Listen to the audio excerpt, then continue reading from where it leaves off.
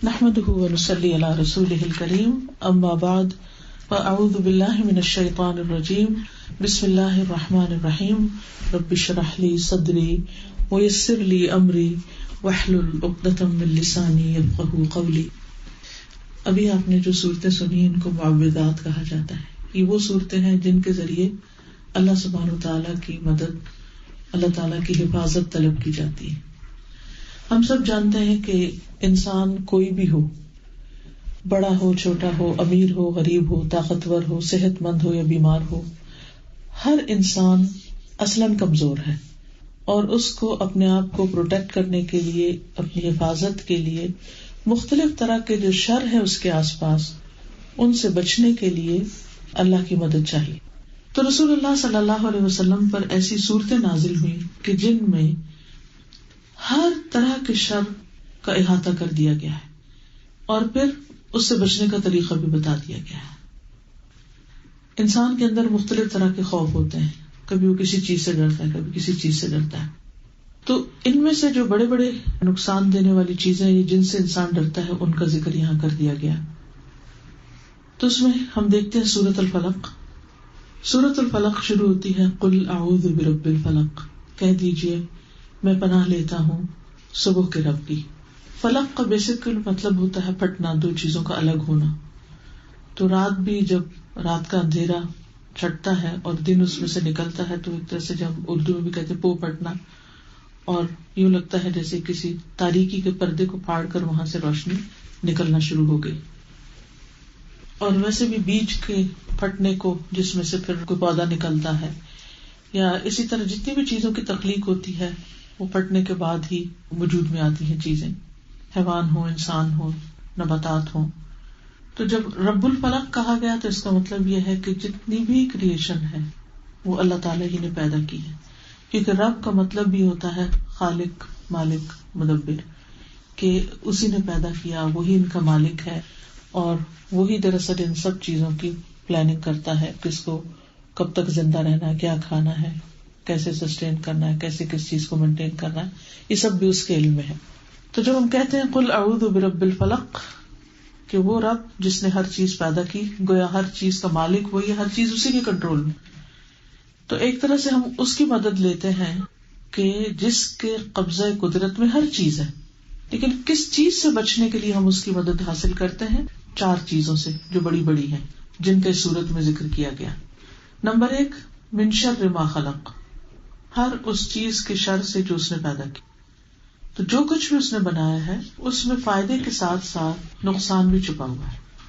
کوئی بھی چیز آپ دیکھیے، کسی بھی چیز کا ذکر کیجیے، ہر چیز کے اندر جہاں فائدہ ہوتا ہے وہاں ہمیں کوئی نہ کوئی اس کا نقصان بھی ہوتا ہے. اور اگر کسی بھی فائدہ مند سے فائدہ مند چیز کو صحیح طور پر استعمال نہ کیا جائے یا ضرورت سے زیادہ استعمال کیا جائے تو وہ بھی نقصان دہ ہو جاتی ہے.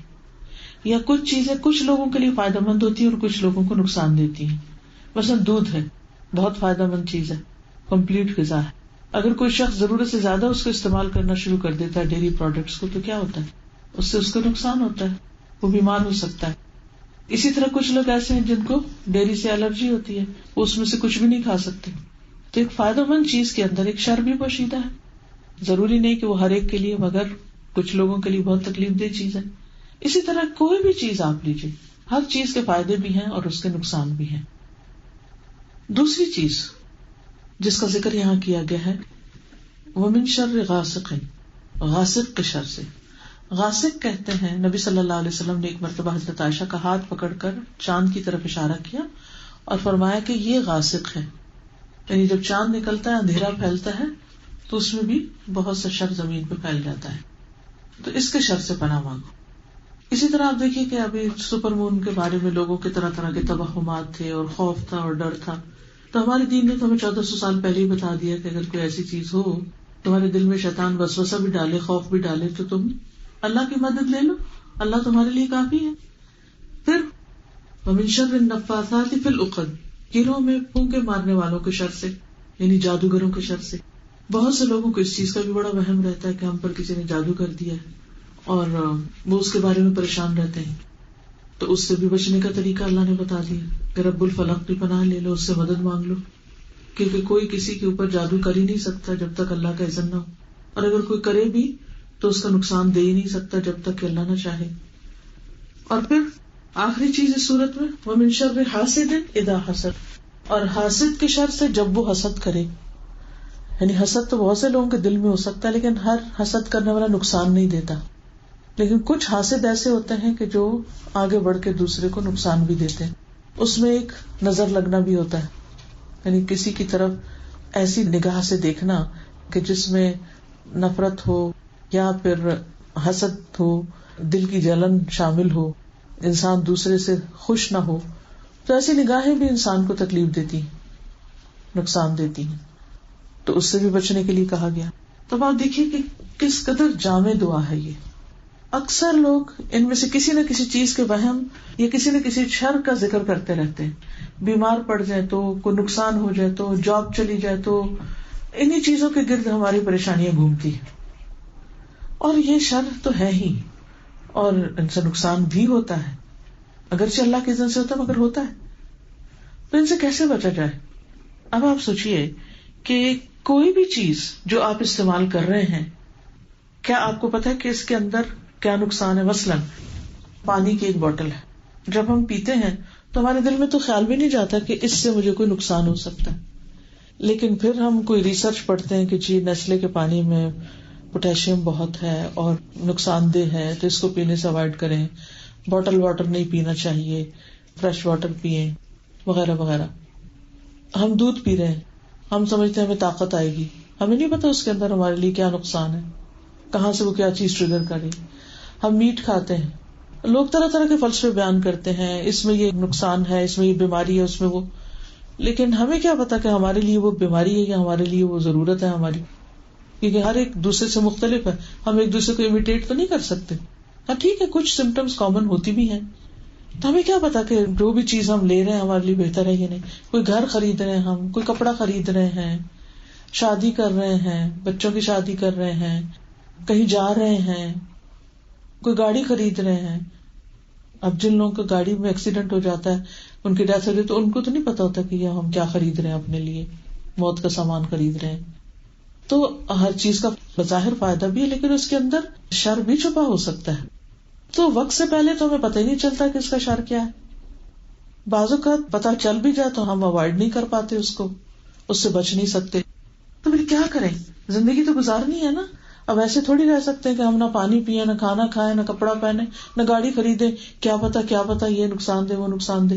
نہیں، ہمیں اپنا معاملہ اللہ کے سپرد کر دینا چاہیے کہ یا اللہ، میں بسم اللہ پڑھ لی ہے، تیرا نام لے لیا ہے، گویا تجھ سے مدد مانگ لی ہے. اب اگر اس کے اندر کوئی شر ہے تو تو جانتا ہے، تو نے مجھے بچانا ہے. کس قدر خوبصورت دعا ہے. صبح کے وقت 3 دفعہ پڑھ لیں، شام کے وقت 3 دفعہ پڑھ لیں، اور ہر نماز کے بعد بھی پڑھنے کا حکم ہے. اگرچہ ہم لوگ جلدی میں کہاں پڑھتے ہیں، لیکن افضل تو یہی ہے کہ اگر انسان نماز کے بعد 1 دفعہ یہ پڑھ لے، کتنی دعاؤں کو کافی ہو جائے گا. جو ہم ایک چیز کے لیے دعا مانگ رہے ہوتے ہیں نا، تو وہ اتنی جامع بات ہے کہ ہر چیز کے شر سے مجھے بچا لے. پھر اسی طرح دوسری چیز جس کا ذکر کیا گیا، اور وہ کیا ہے؟ وَمِن شَرِّ غَاسِقٍ إِذَا وَقَبَ، رات کا شر. خاص طور پر رات کا اندھیرا ایسا ہے جس میں ہر شخص کسی نہ کسی درجے پر ڈرتا ہے. آپ اگر رات کے وقت اٹھتے ہیں، کھڑکی سے باہر جھانکتے ہیں، ہر طرف اندھیرا، خاموشی، تو اس وقت آپ کی فیلنگ پلیزنٹ نہیں ہوتی. جس طرح آپ صبح سورج نکل رہا ہو تو دیکھ کے اس کو پلیزنٹ فیلنگ ہوتی ہے آپ کی، رات کے وقت وہ نہیں ہوتی، کیونکہ ایک اندر ہڈن فیئر ہوتا ہے. اب کیا ہے وہ، اس میں کیا نقصان ہے، ہمیں تو پتہ ہی نہیں. کون ہمیں کہاں سے دیکھ رہا ہے، کون کیا ہمارے خلاف سازش کر رہا ہے، کون، ابھی ڈونٹ نو. تو جب ہم اللہ سے کہتے ہیں کہ اللہ ہم آپ کی پناہ لیتے ہیں کہ آپ ہمیں اس سب سے بچا لیں، ہم مطمئن ہو جاتے ہیں، ہم اپنا معاملہ اللہ کے حوالے کر دیتے. پھر اسی طرح کون کس کے خلاف جادو کر رہا ہے کون نہیں، کسی نے کر دیا ہے یا نہیں کر رہی ہے، کوئی پلاننگ کر رہا ہے یا آئندہ زندگی میں کبھی کرے گا، ہمیں نہیں پتا. لیکن ہم اللہ سے پہلے ہی دعا مانگ لیتے کہ اللہ اگر کوئی ایسا کرنے والا بھی ہے تو ہمیں اس کے شر سے بچا لے. اور آپ نے دیکھا ہوگا کہ بعض اوقات قریبی رشتے دار ہی ایسے کام کر رہے ہوتے ہیں ایک دوسرے کے خلاف. اور حاسد، کوئی نہیں جانتا کون کس سے کیا حسد کرتا ہے. اور حسد کی بنا پہ یہ نہیں ہوتا کہ کوئی تلوار اٹھا کے آ جاتا ہے. حسد سے یہ بھی ہوتا ہے کہ انسان بعض اوقات دوسرے کے خلاف غیبت چغلی کر کے اس کو نقصان دینے کی کوشش کرتا ہے، دوسروں کے اندر اس کا امیج خراب کرتا ہے، اس کی شہرت خراب کرتا ہے. آپ کو تو پتہ بھی نہیں کہ کون آپ کے خلاف کہاں کیا کیا کر رہا ہے، کس طرح. اور بعض اوقات آپ دیکھیے قریبی دوست کر رہے ہوتے ہیں ایک دوسرے کے خلاف، سامنے کچھ ہوتے ہیں پیچھے کچھ ہوتے ہیں. ہمیں نہیں پتا ہوتا کہ جس شخص پر ہم اتنا اعتماد کریں وہ ہمیں کہاں سے دھوکہ دے جائے. کتنے ہی لوگ جو مل کر جوائنٹ وینچرز کرتے ہیں پھر ایک دوسرے سے الگ ہو جاتے ہیں کیونکہ وہ جی دھوکہ دے دیا فلاں نے، بزنس پارٹنر نے دھوکہ دے دیا، بیوی نے دھوکہ دے دیا، شوہر نے دھوکہ دے، فلاں نے چیٹ کر دیا، فلاں نے ہمیں کیا پتا کون کیا کر رہا ہے. اب دیکھیے کہ بھائیوں کا حسد تو مشہور ہے، حالانکہ بھائی خون کے رشتے میں یوسف علیہ السلام کے ساتھ کیا کیا انہوں نے. اسی طرح بعض اوقات ہسبینڈ وائف کے بیچ میں چپکرشتی چل رہی ہوتی ہے. کچھ چیزیں بڑی آبویس ہوتی ہیں اور کچھ چیزیں کوئی بتاتا نہیں لیکن دل کے اندر ہوتی ہیں، اور جہاں کسی کو پھر موقع ملتا ہے وہاں وہ وار کر جاتا ہے. کیونکہ حاسد چھپا دشمن ہوتا ہے نا، اور جو چھپا دشمن ہوتا ہے وہ بعض اوقات چھپے وار کرتا ہے. تو اب ہم اس سے کیسے بچیں؟ جو تو سامنے وار کر رہا ہے تو ہم کچھ نہ کچھ پیچھے ہٹ جائیں گے، بچائیں گے اپنے آپ کو، لیکن جو چھپ کے کر رہا ہے ہم کیسے بچیں اس سے؟ اور جو صرف نگاہوں سے ہمیں نقصان دے رہا ہے ہم اس سے کیسے بچیں؟ کیونکہ آپ دیکھیں کہ بعض اوقات صرف کسی کی نگاہوں سے آپ ڈسٹرب ہو جاتے ہیں، نفرت بھری نگاہوں سے، اور کبھی کسی کی محبت بھری نگاہوں سے آپ کو دل کہاں سے کہاں خوشی سے بھر جاتا ہے. تو ان نگاہوں کا بھی ایک شر ہوتا ہے. تو کیا کریں؟ ہر ان مصیبتوں سے گھرے ہوئے ہیں. تو اللہ تعالیٰ نے ہمیں خوبصورت دعا سکھا دی، اور یہ سارے شر باہر ہیں، اور ان سب سے نبٹنے کے لیے اللہ کافی ہے. تو ہم اپنا ٹرسٹ اللہ پر رکھتے ہیں. اس کے بعد دوسری صورت ہے جس میں اللہ سبحانہ وتعالیٰ کی 3 صفات کے ساتھ مدد مانگی گئی ہے، کیونکہ شر بہت بڑا ہے ایک لیکن ہے بہت بڑا. قل اعوذ برب الناس ملک الناس الہ الناس، کہہ دیجئے میں لوگوں کے رب، لوگوں کے بادشاہ، لوگوں کے معبود کی پناہ لیتی ہوں، جو سارے انسانوں کا معبود ہے، یعنی اللہ کی پناہ. کس چیز سے؟ ایک چیز سے، اور وہ ہے شیطان اور اس کا وسوسہ. وہ کیا ہے؟ قل اعوذ برب الناس ملک الناس الہ الناس من شر الوسواس الخناس. وسوسے ڈالنے، وسواس ہوتا ہے جو بہت وسوسے ڈالے، الخناس جو باہر آئے، باہر ایک ہی چیز کا خیال انسان کے دل میں باہر ڈالتا ہے. اچھا، یہ 2 طرح کے خیال ہوتے ہیں، کبھی وہ منفی ہوتا ہے اور کبھی وہ بڑا ہی خوبصورت ہوتا ہے، چیزوں کو بڑا خوبصورت بنا کے دکھاتا ہے. اچھا، جو منفی ہوتا ہے وہ کیا؟ وہ دیکھو فلاں نے تمہارے ساتھ کیا کیا، وہ ایسا ہو گیا، وہ ویسا ہو گیا، پریشان رکھتا ہے انسان کو، غمگین، دکھی. پھر کبھی کسی کے بارے اللہ سبحانہ وتعالیٰ کے بارے میں وسوسے ڈالتا ہے، کبھی رسول اللہ صلی اللہ علیہ وسلم کے بارے میں، کبھی صحابہ کے بارے میں، کبھی نیک لوگوں کے بارے میں، کبھی اپنے عزیزوں رشتے داروں ماں باپ کے بارے میں، اولاد کے بیچ میں وسوسے ڈال دیتا ہے. کسی وقت چھوڑتا ہی نہیں یہ خناس. اور کبھی کیا ہوتا ہے، کسی چیز کو اتنا خوبصورت اور اٹریکٹیو بنا دیتا ہے کہ ہمیں اس کا obsession ہو جاتا ہے، ہم اس کے غلام بن جاتے ہیں. ہم نماز پڑھ رہے ہیں، اسی چیز کا ہی خیال آیا جا رہا ہے. اب دیکھیے کہ مختلف لوگوں کا obsession مختلف ہوتا ہے. کچھ اپنے بچوں سے obsessed ہوتے ہیں، کچھ کسی انسان کی محبت میں پاگل ہو رہے ہوتے ہیں، کوئی کسی اور چیز کی، کوئی کسی جاب، کوئی کسی مال، کچھ نہ کچھ وہ خوبصورت بنا کے دکھائی رکھتا ہے انسان کو کہ انسان اس چیز میں الجھا رہے اور اس چیز کے بارے میں یہ سوچتا رہے، حتیٰ کہ نہ اس کی نماز میں کوئی لطف رہے، نہ اس کی تلاوت میں کوئی مزہ رہے، نہ اس کے تعلقات میں کوئی خوبصورتی رہے، اور پھر اس محبت کے چکمے میں اس کو دکھی رکھے انسان. جو محبت تو اللہ کی خاطر کسی چیز سے ہوتی ہے نا، چاہے مال سے ہوتی ہے، تو وہ مال اتنا اچھا ہوتا ہے کہ انسان اسے کماتا بھی حلال سے اور خرچ بھی اچھی جگہوں پہ کرتا ہے. لیکن جب اللہ کی خاطر نہیں ہوتی نا تو پھر وہ خود غرض انسان ہوتا ہے، بخیل ہوتا ہے، اس میں سے کچھ بھی خرچ نہیں کرتا، اور کرتا بھی تو صحیح جگہ نہیں کرتا، جمع کرتا رہتا پھر ایک دم کسی فضول خرچی میں اڑا دیتا ہے. تو آپ دیکھیے کہ یہ کیا ہے، دراصل کسی بھی چیز کی جو محبت ہے ایک غلامی ہوتی ہے، اور پھر جب وہ چیز نہیں ملتی تو انسان اداس رہتا ہے، پریشان رہتا ہے. جب وہ مل جاتی تو انسان اس میں پڑ کے غافل ہو جاتا ہے، اتنا غافل کہ الہاکم التکاثر حتی زرتم المقابر، تمہیں مشغول کر دیا کثرت کی فکر میں کہ انسان اور ہو، میرے پاس اور ہو. کوئی بھی چیز جس کے obsession انسان زیادہ سے زیادہ، کچھ لوگ کھانے کے لیے ہو جاتے ہیں، ان کو وہ کھانے کا شوق لگا رہتا ہے، یہاں سے کھا لیں، وہاں سے کھا لیں، یہ کھا لیں، وہ کھا لیں، اسی کی تو انسان اس کا وہ پھر کیا ہوتا ہے، سینٹر آف لائف بن جاتا ہے جس چیز سے وہ obsessed ہوتا ہے، اور وہ اس میں ایک پلیزر اس کو محسوس ہونے لگتا ہے، اور پھر وہ اسی چیز کے بارے میں سوچتا رہتا ہے کہ یہ کروں یہ کروں یہ کروں. اور پھر انسان بعض اوقات دوسروں کے حقوق صحیح ادا نہیں کرتا ہے جس کا حق ہے اس پر. اب آپ دیکھیے مثلاً بعض اوقات ایسا بھی ہوتا ہے فری سوسائٹی میں ہسبینڈ وائف کے بیچ میں خوب لڑائی ہیں، ہسبینڈ نے بھی کہیں دوستی کی ہوئی، بیوی نے بھی کہیں کی ہوئی ہے. اب وہ جو آپس میں ایک دوسرے کا حق ہے وہ تو دے نہیں رہے، اور وہ ساری محبتیں کہیں اور انڈیلی جا رہی ہیں، اپنے بچے محروم بیٹھے ہوئے ہیں، عنایتیں اور نوازشیں کسی اور پہ ہو رہی ہیں. کس قدر لوگوں کی زندگی حرام ہو جاتی ہے کہ جہاں انہیں سکون اور لطف اور مودت محبت ملنی چاہیے تھی وہاں تو کچھ بھی نہیں، خانہ خالی، اور جہاں جس کا حق نہیں اس کو سبھی کچھ دیا جا رہا ہے. تو یہ کون کرتا ہے؟ یہ کون دشمن ہے ہمارا؟ یہ شیطان ہے. من شر الوسواس الخناس، اور یہ اندر کا شر ہے کیونکہ یہ دل کو آ کے پکڑ لیتا ہے اور پھر اپنی طرف گھماتا ہے اور پھر انسان کو پاگل کر دیتا ہے. کبھی انسان کو کسی خاص چیز کے بارے میں سینسیٹیو کر دیتا ہے، اس کو اس کی ویکنیس بنا دیتا ہے. کبھی انسان کے پاس ایک نعمت ہوتی ہے اور وہ اس نعمت کو نعمت نہیں سمجھ رہا ہوتا. میں ایک بچی کو جانتی ہوں کہ بہت ہی ٹیلنٹڈ، بہت زبردست رائٹر، سب کچھ، اتفاق سے اس کے بچے نہیں. اب اس کے پاس اللہ نے کتنا ٹائم دیا کہ وہ خوب لکھے، ایک ایک اس کی رائٹنگ جو ہے وہ اتنی ہٹ ہوتی ہے کہ وہ ہزاروں کماتی ہے اس سے.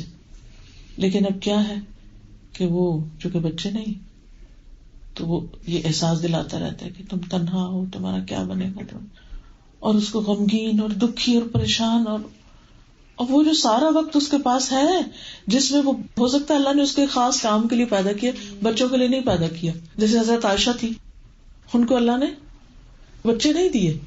ایک ایک بچے کی پیدائش پر جو ماں ذہنی کمزوری کا شکار ہوتی ہے اور اس کے بال گر جاتے ہیں، سب ماں نے ایکسپیرینس کیا ہوگا، سوال ہی پیدا نہیں ہوتا بچہ پیدا ہو اور بال نہ گرے. تو جو باہر سے بال گر رہے ہیں وہ اندر دماغ کا کیا حال ہوا ہے اور کہاں کہاں ویکنیس ہو گئی ہے. تو حضرت عائشہ کو اللہ نے بچے نہیں دیے، ان کو ایسا حافظہ دیا، ایسی قابلیت اور قوت دی کہ انہوں نے اتنی علم کی خدمت کی اور اتنے لوگوں کو کیا کچھ سکھا گئی. تو اللہ کے ہر کام حکمت ہوتی ہے نا، وہ کسی کو کوئی خاص ٹیلنٹ دے دیتا ہے اور اس سے وہ کام لینا چاہتا ہے، وہ دوسرا نہیں اس سے لینا چاہتا. تو اس کا فیصلہ ہے نا، اس کی رضا پہ راضی رہنا چاہیے. لیکن شیطان کبھی راضی ہونے دے گا؟ کبھی بھی نہیں راضی ہونے دے گا. اس کو دکھی، غمگین، پریشان، بدحال کر کے رکھے گا. جو کہ تمہارے پاس یہ نہیں، دیکھو تم کہاں کہاں مار کھا رہی ہو، چھوٹی چھوٹی بات پر رلا دے گا. اب ایسے میں انسان کو ان کا حال پوچھے جن کے پاس 4-5 بچے، پر وہ کس قدر ان میں پاگل ہوئے میں، کیا کیا ان پہ ذمہ داریاں، کیا کیا ان کی پریشانی آپ کی پریشانی سے کئی گنا زیادہ ان کی پریشانی ہے جن کو یہ نعمت ملی ہوئی ہے. کیونکہ ہر چیز کے ساتھ ایک اس کا پیکج بھی ہوتا ہے جو آپ کو پھر لازم وہ بھی نبھانا ہوتا ہے، لینا ہی پڑتا ہے، جس کے ذریعے انسان کے تکلیفیں بھی آتی. تو کہنے کا مطلب یہ ہے کہ یہ جو شیطان ہے یہ باقی سارے شروں سے، ساری تکلیفوں سے بڑی تکلیف ہے جو انسان کی جان کا لگ. شاید حاسد آپ کو وہ نقصان نہ دے، ہو سکتا ہے رات کا اندھیرے میں آپ کو کبھی کوئی نقصان نہ پہنچے، ہو سکتا ہے کہ آپ کو کبھی بھی کسی جادو سے واسطہ نہ پڑے، لیکن یعنی وہ چیزیں تو اتفاقی ہوتی ہے نا. لیکن یہ جو شر ہے نا یہ تو ہر ایک کے پیدا ہوتے ہی پیچھے لگ جاتا ہے اس کے. تو اس سے بچنے کے لیے اتنا ہی زوردار طریقے سے اللہ کو پکارنے کی ضرورت ہے. قل اعوذ برب الفلق، قل اعوذ برب الناس، ملک الناس، الہ الناس. کس سے بچنے کو؟ من شر الوسواس الخناس الذی یوسوس فی صدور الناس، وہ جو لوگوں کے دلوں میں وسوسے ڈالتا ہے، اسی کو نہیں چھوڑتا. من الجنۃ والناس، جنوں میں سے بھی انسانوں میں سے بھی. ہم سب جانتے ہیں کہ انصار جو تھے نبی صلی اللہ علیہ وسلم کے وہ ساتھی تھی کہ جنہوں نے ہر موقع پر اپنی مال، جان، گھر، ہر چیز یعنی کھلی کھلی نبی صلی اللہ علیہ وسلم دین کے مشن کے لیے خرچ کی. جب مکہ فتح ہوا اور اس کے بعد غزوہ حنین ہوا تو آپ کے پاس بہت غنائم آئے، سینکڑوں اونٹ اور بکریاں اور سب کچھ. تو آپ نے وہ مکہ کے نئے نئے مسلمان ہونے والوں میں تقسیم کر دیا، انصار کو کچھ بھی نہیں دیا. اب عقل تو یہ کہتی نا جنہوں نے آپ کی خاطر اتنا خرچ کیا ہے تو یہ اب جب آپ کو ملا تو آپ ان کو دیں. لیکن آپ نے اسلام کی خاطر لیا تھا اور اسلامی کی خاطر دوسروں کو دے رہے ہیں. اب اس موقع پر کچھ لوگوں کے دل میں شیطان نے وسوسہ ڈال دیا اور نے کہا کہ نبی صلی اللہ علیہ وسلم تو اپنے لوگوں سے، اپنے قوم قبیلے سے زیادہ محبت کرتے ہیں اور ان کو سب کچھ دے رہے ہیں اور قربانیاں ہم نے کی ہیں. تو آپ نے پھر سب کو جمع کیا اور ان کو کہا کہ کیا تم یہ نہیں چاہو گے کہ لوگ گائے بکریاں لے جائیں اور تم اللہ کے رسول صلی اللہ علیہ وسلم کو اپنے ساتھ لے جاؤ؟ اور پھر ان کی تعریف کی، انہیں دلاسا دیا، ان کو سمجھایا اور بات ختم ہو گئی. تو بعض اوقات بڑے سے بڑی قربانیاں کرنے والے اور بڑے بڑے عابد، زاہد، نیک، متقی، پارسا لوگوں کے اندر دل میں کسی کے خلاف کوئی بدگمانی ڈال دیتا ہے، مس انڈرسٹینڈنگ پیدا ہو جاتی ہے. بعض اوقات دو باہم محبت کرنے والے جو خوب چاہتے ہیں ایک دوسرے کو، ان کے درمیان کو مس انڈرسٹینڈنگ پیدا کر دیں اور وہ ایسی پھوٹ اور ایسی لڑائی پڑتی ہے کہ طلاقوں تک جان نوبت پہنچتی ہے. تو یہ کون سارا کچھ کر رہا ہے؟ یہ شیطان ہے جو 24/7 کام کرتا ہے. لہذا ضرورت اس بات کی ہے کہ ہم کیا کریں بچائیں کیسے؟ اللہ کی مدد، اللہ کو پکاریں، کیونکہ صرف اللہ ہی بچا سکتا ہے اس کے شر سے، اور کوئی نہیں بچا سکتا. نہ ہم میں خود اتنی طاقت ہے کہ کوئی کہے نہیں شیطان میرے اوپر نہیں آ سکتا، سوال ہی پیدا نہیں ہوتا. سب کے ساتھ ہے. پکارے بھی دل سے پکارے اور تکرار سے پکارے. قل اعوذ برب الناس ملک الناس الہ الناس. اللہ تو مجھے بچا لے. چاہے وہ منفی خیالات ڈالتا ہے اور پریشان کرتا ہے یا مثبت خیالات ڈال کر آپ کو کسی چیز کی محبت میں گرفتار کر دیتا ہے، obsess کر دیتا ہے کسی چیز سے، دونوں صورتوں میں اللہ کی مدد مانگے تاکہ آپ دنیا میں رہتے ہوئے موسٹ پروڈکٹیو انسان ہوں، کچھ کام کر کے جائیں، یہاں سے کچھ کما کے جائیں، کیونکہ کل جزا کا دن ہے، کام کا نہیں. آج کام کا دن ہے لیکن کام میں رکاوٹیں کیوں آتی ہیں؟